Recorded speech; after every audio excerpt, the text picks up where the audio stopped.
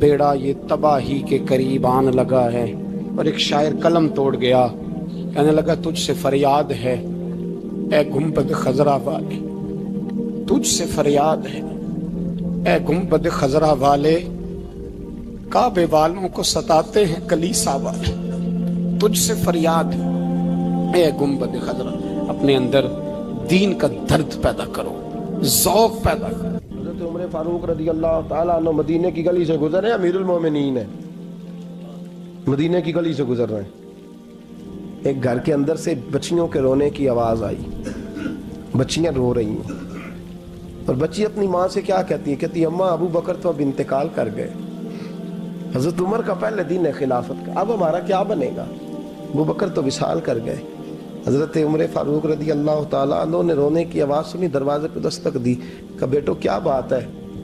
تو بچیاں کہنے لگیں عمر ہمارے ابا جی ہماری 10-15 بکریاں ہیں, تو ہمارے والد صاحب ان کا دودھ دھو کے بیچا کرتے تھے, گزارا ہو جاتا تھا.